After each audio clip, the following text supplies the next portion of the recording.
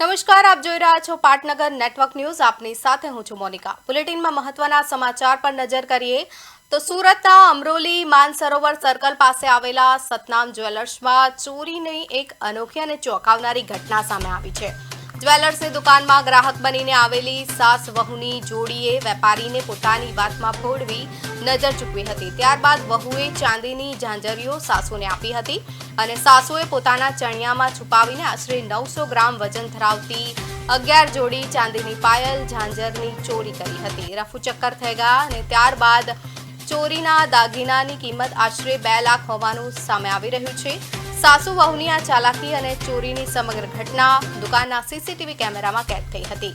વેપારીની ફરિયાદના આધારે અમરોલી પોલીસે ગુનો નોંધી સીસીટીવી ફૂટેજના આધારે ગ્રાહકના સ્વાંગમાં ચોરી કરનાર સાસુ વહુની જોડીને ઝડપી પાડવા માટે આગળની તપાસ ચક્ર ગતિમાન કર્યા છે.